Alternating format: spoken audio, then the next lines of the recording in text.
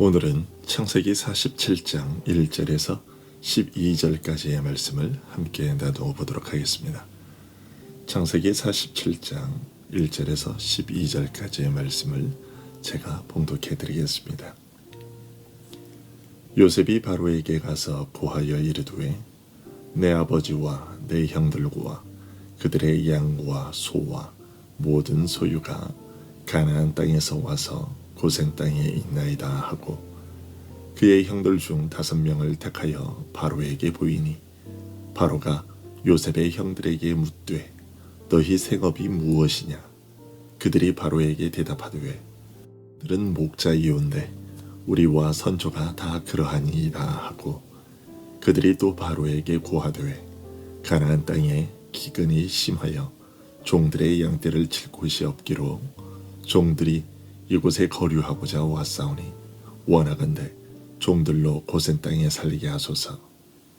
바로가 요셉에게 말하여 이르되 내 아버지와 형들이 내게 왔은즉 애굽 땅이 내 앞에 있으니 땅의 좋은 곳에 내 아버지와 내 형들이 거주하게 하되 그들이 고센 땅에 거주하고 그들 중에 능력 있는 자가 있거든 그들로 내 가축을 관리하게 하라.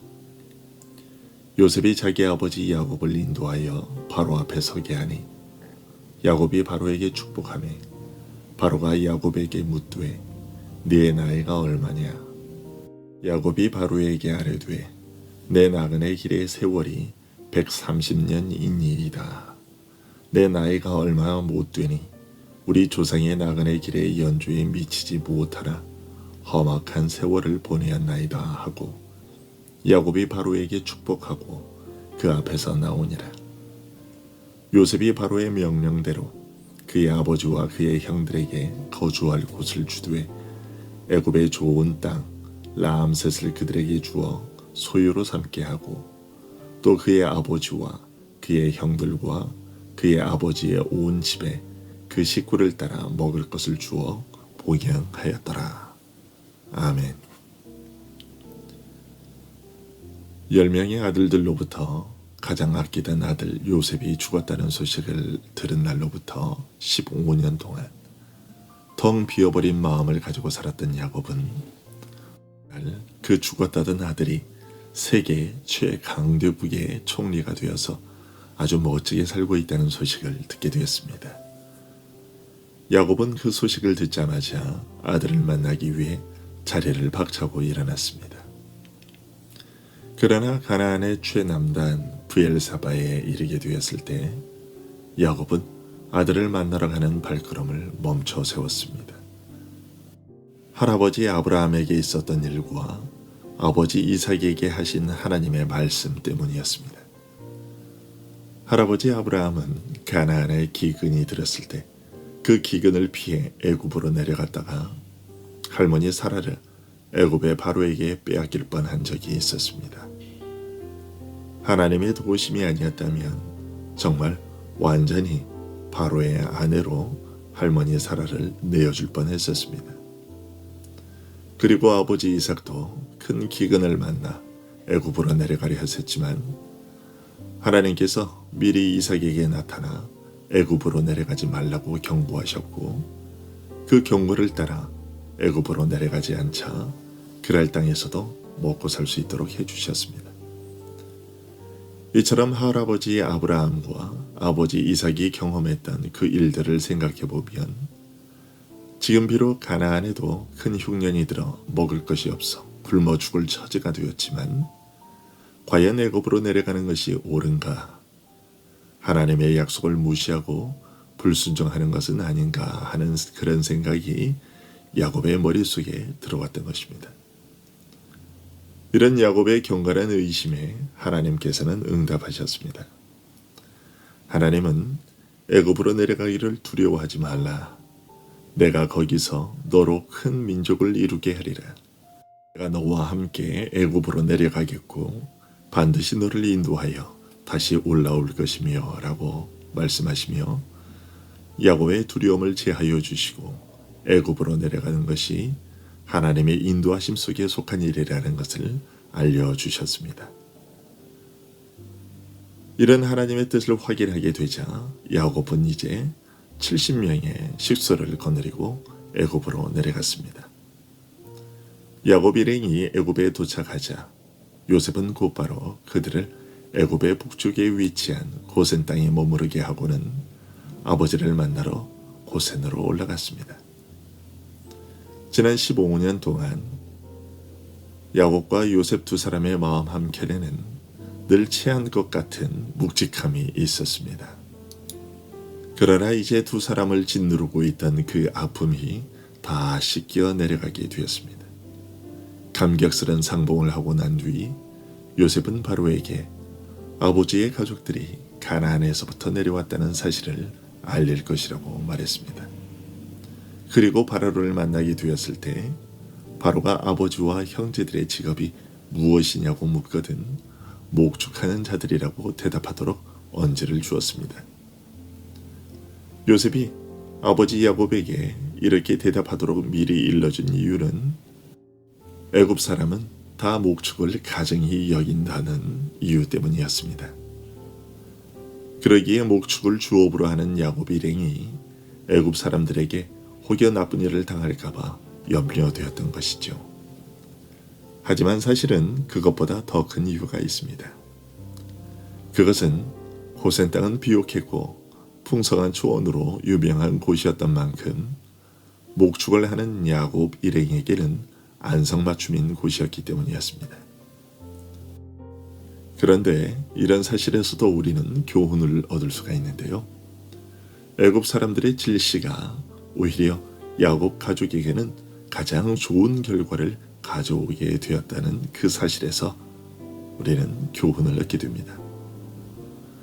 만일 야곱의 가족들이 애굽 사람들과 섞여 살게 되었다면 그 가족들은 애굽의 전역으로 더 멀리, 더 넓게 흩어져 살게 되었을 겁니다. 그러나 그들은 증오의 대상이 되었고 애굽 사람들과 함께 섞여 살 조건이 되지 못했기에 야곱의 가족들은 같은 혈연을 가진 공동체로 서로 간의 유대를 더욱 공고히 한 채로 유지하며 살아갈 수 있게 되었던 것입니다. 이렇게 하여 하나님께서는 당신께서 구별하여 세우신 교회의 씨앗이 흩어지는 것을 막으셨습니다. 여러분, 하나님께서 우리를 지키시는 데에는 이처럼 생각지도 못한 방식이 사용됩니다. 때때로 우리를 세상에서 멸시와 천대를 받도록 내버려 두심으로써 우리도 세상의 더러움에서 깨끗이 떨어져 나와 거룩히 구별되게 하시는 것이죠. 하나님은 그런 방식으로도 우리를 세상에 매여 있도록 버려두지 않으시는 겁니다. 왜 그렇게 하실까요? 우리로 하여금 위로 향할 수 있게 하기 위해서입니다. 그러니 여러분, 세상과 너무 친해지려고 하지 마십시오. 우리가 세상 가운데 사는 것은 맞지만 세상이 우리 안으로 들어오도록 해서는 안 됩니다. 그런데 우리는 자꾸만 세상이 우리를 질시하는 것을 두려워하는 나머지 마음의 빗장을 풀고 우리 안에 세상을 받아들이려 합니다. 내 마음속에 교회 안에 세상을 끌어들이려 합니다. 우리는 세상 속에 살되 그들과는 구별된 존재로 살면서 빛과 소금 된 자로서 그들에게 진리를 전하도록 부름받았지 세상을 우리 안에 끌어들여 비진리가 혼합된 삶을 살도록 지시를 받지는 않았습니다. 그런데 요즘 교회들의 모습을 보면 교회 속에 세상을 끌어들여 혼합되어 버린 것 같은 느낌을 지울 수가 없습니다.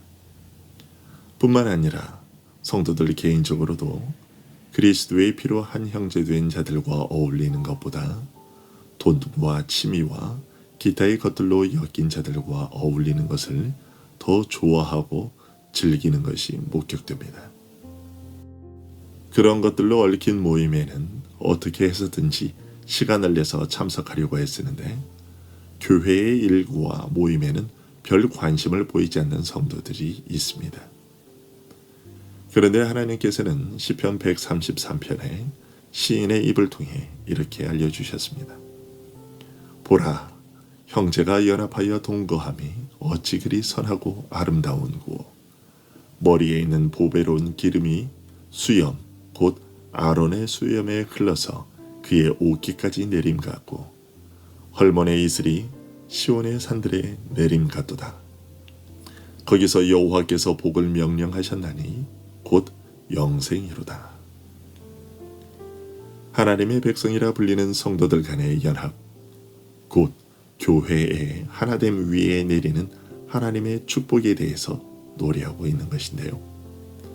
성도들의 연합에는 이처럼 하나님을 순전하게 예배하며 한 마음으로 하나님의 이름을 부르는 기쁨과 즐거움이 있습니다. 성도들은 교회는 하나님을 기쁨으로 예배하는 끈으로 묶여 있습니다.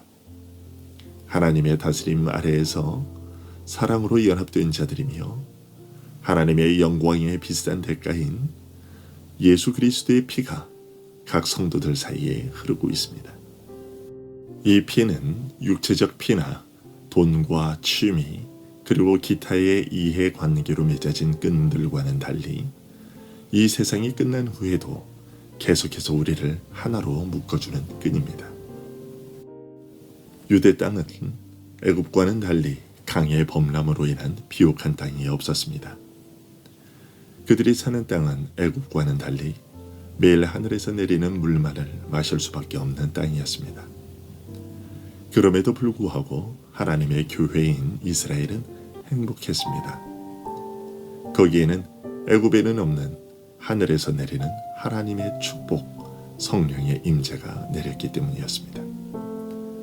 하나님께서는 애굽의 복을 명하시지 않고 당신의 백성들이 모여있는 곳에 영생의 복을 명하셨습니다.